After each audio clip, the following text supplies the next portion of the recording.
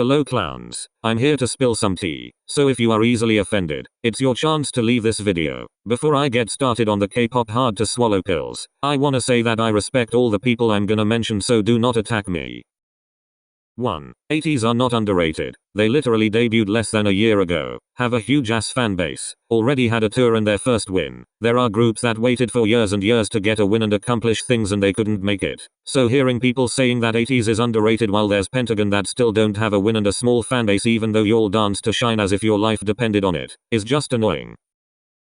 2. Half-white idols are privileged, and the reason is Korean standards. Now before I say this, let's clear up the fact that I don't agree with these and believe that it's completely unfair because color doesn't determine your talent. But half-white idols will forever get more attention than, for example, half-black idols, and that's because the Korean standards want fair skin, and an idol with a darker skin tone would just get shitloads of backlash. I know it's unfair, annoying and disgusting, but the Korean industry will choose someone with a mediocre voice but fair skin over someone with an unbelievable voice but darker skin. White privilege exists unfortunately, and we cannot change someone else's beauty standards. 3. Just because in the Western countries the ideal body is skinny but low-key thick, we shouldn't expect a whole country to change their ideals for us to be happy. Of course there are people like Hwasa who are trying to make a change, but if that's gonna change, it's gonna take a lot of years and should start from the Koreans, not us, outside of Korea. 4. You can say whatever you want about BTS not being K-pop but BTS pop. We don't care, but the same people that get on our dicks about it, lost it when Joohyun and Shankar from Monster X said that they are the best rappers in K-pop. Please make up your mind. 5. If you start fan wars for any reason, you are just jobless and lifeless and should rethink about your life and what it has become. K-pop is just music. Enjoy the music and shut your ugly mouth. 6. Canceling is plain dumb. If an idol does something wrong, rather than canceling them to seem woke, why don't you try to address the issue and educate them? Chan from Stray Kids got all of the hate because of the cultural appropriation, educated himself, apologized, and you still call him a flop and racist. 7. I don't care who you stan or who you don't stan. Do whatever makes you happy, but respect the people that like something else, and most importantly respect the idols. I really saw someone call Stray Kids stray dogs and I have never felt more disgusted by a K-pop fan. No matter how bad you find someone's music, there are people that love and support it and were helped by a certain group, the way you were from your favorites.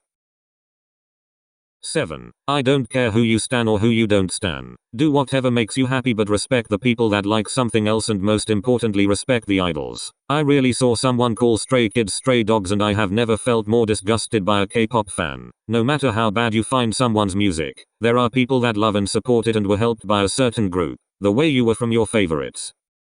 8. Being multi-fandom is not a sin. I've seen so many armies attacking armies that stan other groups too. Sister, it's way more fun if you stan many groups. For example, Day 6 released an album. My Ultimate Bias released his solo album. The same day NCT Dream released their new song. Then Temin released a Japanese single. ITZY followed next week with Icy. My Ultimate group is going on tour and will release a new album all in some weeks. You see how well fed I am? But if I only stanned my Ultimate group, I wouldn't have gotten anything for 10 months. Stanning one group is great. Stanning many groups is great too. This doesn't mean that you are any less of an XOL, ARMY, MIDZY or whatever, and if I see anyone else hating on Multis, you are getting blocked.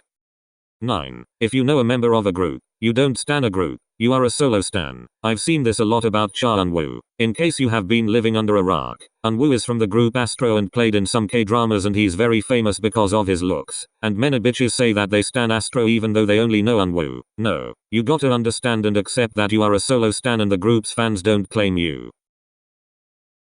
10. SM fucking hates Win-Win and he will never get what he deserves. We all saw Utus and Johnny's lines becoming more and more and got excited, but suddenly Win-Win was not a part of NCT 127 anymore without an explanation. Win-Win needs to get the hell away from SM, and I wouldn't mind. They are ruining every chance he has to prove himself and are trying to get him out of the image. In conclusion, SM begged a kid with a bright future to get into their company, promising the perfect future, only to fuck him all over and all over again.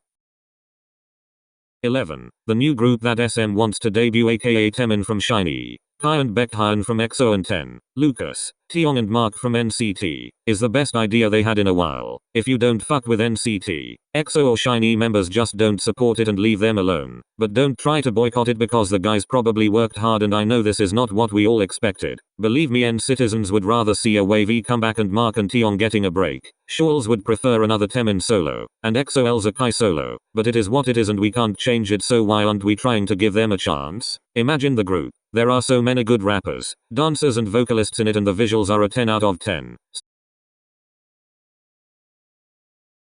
That's about it, folks. If y'all like it and want more, just let me know. Cause I love tea. Also, the Rose are having a comeback next week, so check that out unless you want me to eat your kneecaps. See you soon.